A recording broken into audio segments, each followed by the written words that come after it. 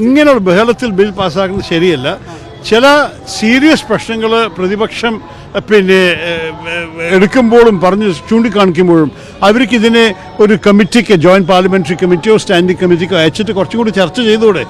ഇപ്പോൾ ഈ വലിയ ചർച്ചകൾ നടക്കുന്നു. അങ്ങയുടെ സ്പീച്ച് ഗംഭീരമായിരുന്നു. ആ സമയത്ത് ഈ പ്രതിഷേധത്തിനൊക്കെ ഇടയിൽ നിർണായകമായ ബില്ലുകൾ പാസ്സാക്കുമ്പോൾ ശരിയല്ല. പ്രതിപക്ഷ നേതാവ് ഇവിടെ ഇല്ല എന്നൊരു പ്രശ്നം കൂടിയില്ല. അത് എനിക്കല്ല പറയേണ്ടത്. ഞാൻ പറയട്ടെ, ഞങ്ങളുടെ പാർട്ടി ശക്തമായി നിൽക്കേണ്ട ഈ വിഷയം. ഇങ്ങനെയുള്ള ബഹളത്തിൽ ബിൽ പാസ്സാക്കുന്നത് ശരിയല്ല. ചില സീരിയസ് പ്രശ്നങ്ങൾ പ്രതിപക്ഷം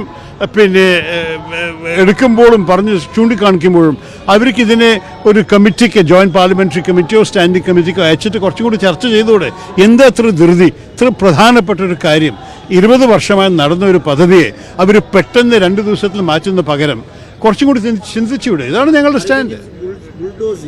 ബുൾഡോസാണ് സംഭവിച്ചിരിക്കുന്നത്. അത് കഴിഞ്ഞു. ഞങ്ങൾ ലോക്സഭയിൽ അവർ ബുൾഡോസ് ചെയ്ത് കഴിഞ്ഞു. ഇനി രാജ്യസഭയിൽ ഇതുപോലെ സംഭവിക്കാൻ പോകണമെങ്കിൽ ശരിയല്ല.